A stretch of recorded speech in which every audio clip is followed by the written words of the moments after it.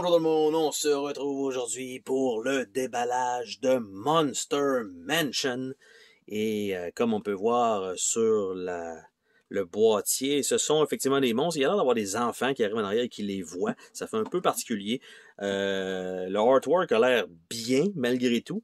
J'ai aucune idée comment ça se joue, qu'est-ce qui est inclus là-dedans. La seule chose que je sais, c'est qu'il y a comme plusieurs jeux qui s'appellent Monster Mansion. Donc, simplement faire attention à celui-ci. Ce n'est pas une autre édition. Il y en a un que c'est comme une genre de maison, le boîtier. Donc, ce n'est pas une réédition de jeu-là. C'est vraiment un autre jeu à part. La boîte extrêmement rigide, extrêmement épaisse. Donc, une très, très bonne qualité. Du moins pour le dessus de la boîte. Après ça, nous avons les Reglamento. Ça, c'est la version, je dirais, espagnole, I suppose. Ce qui semble être le cas, donc ça sera pas pour moi. Et on a la version anglaise qui est fournie ici. Qu'est-ce que ça donne? Un bon papier glacé. Donc, le setup, les composants, comment ça se joue. Ça se joue relativement, d'après moi, rapidement.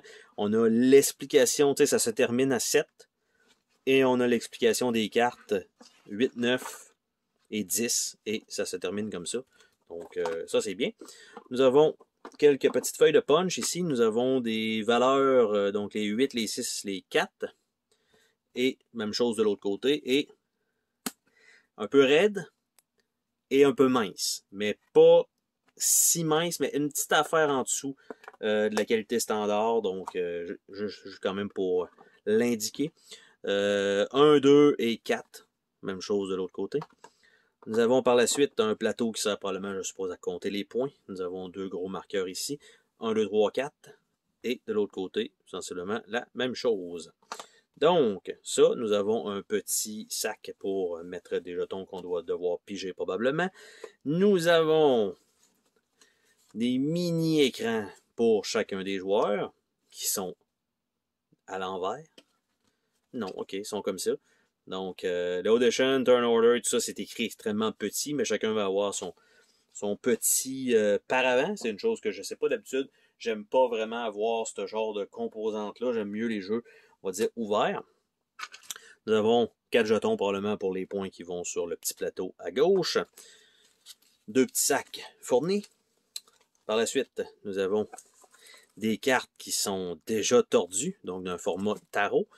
Et nous avons un paquet de petites têtes de squelettes de différentes couleurs. Donc, je suppose que c'est ça qui va aller dans le sac. Il va falloir les piger en conséquence. Et est-ce que nous avons une surprise en dessous? No!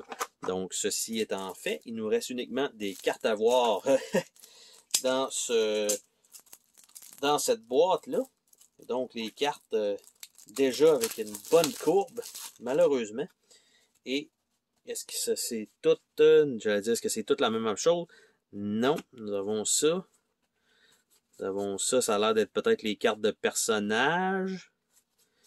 Et ça ici. Donc, je vais y aller comme ça. Je vais nous séparer ça pour qu'on puisse au moins avoir ça correctement, visuellement parlant. Donc, nous avons un premier clown comme ça, qui a le derrière des cartes est exactement pareil. Et de l'autre côté, c'est exactement la même chose. Donc, pas vraiment impressionnant de ce côté-là. Par la suite, nous avons le genre de clown, qui est exactement pareil, les mêmes symboles dans le bas.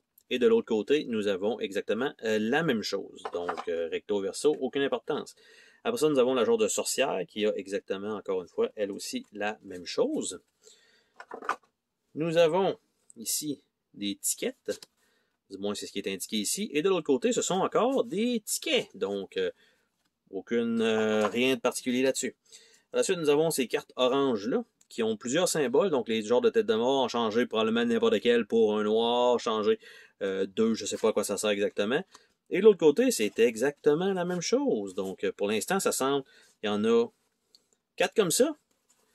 Et ça, après ça, nous en avons 4 comme ça, nous en avons, j'allais dire 4 comme ça, mais eux autres, ils ont des couleurs différentes, parce que ceux-là il y en a 4 de chaque type. Et ça ici, ben, c'est la même chose des deux côtés. Donc, franchement, pas super impressionnant. Je suis pas certain où est-ce que ça s'en va pour ce jeu-là. Et l'autre deck de cartes, c'est ça ici. Donc, Ils ont toutes le même dos de carte. Et de l'autre côté, là, nous avons donc des habiletés spéciales. Donc, ça ici. Par la suite, nous avons lui, qui permet probablement de piger, de voler un ticket ou de prendre un ticket de quelqu'un ou de prendre un nouveau ticket. Elle ici, j'ai aucune idée, mais il y a des flèches. Et on voit ici probablement pour les activer. Donc, ici, 2 tickets avec un genre de poupée. Les couleurs dans le bas, je ne sais pas à quoi ça sert. Nous avons un fantôme. Nous avons un Cthulhu, bien sûr. On n'aurait pas pu passer à côté. Nous avons un Frankenstein. Nous avons un loup-garou. Et nous avons un Dracula, un vampire. Donc, ça, c'était le deck de cartes fourni, qui était un peu croche. Donc, ça, et évidemment, sleevé, ça ne rentrera malheureusement pas dans la boîte avec cet insert. Donc, probablement que l'insert va simplement être retiré pour ma part, parce que ça ne fonctionnera pas. Donc, surtout si je dois faire plusieurs paquets, tout simplement, ça marchera pas. Donc, ça, il va falloir que je m'en débarrasse. Donc, ça sert strictement à rien. Ça sert vraiment juste pour le shipping. Nous avons les petits écrans ici. Nous avons les 3 feuilles de punch d'une qualité correcte. Rien d'exceptionnel. Et nous avons les 2 livrets d'instructions. Tout simplement. Et c'était donc le déballage de Monster Mansion. Bye bye!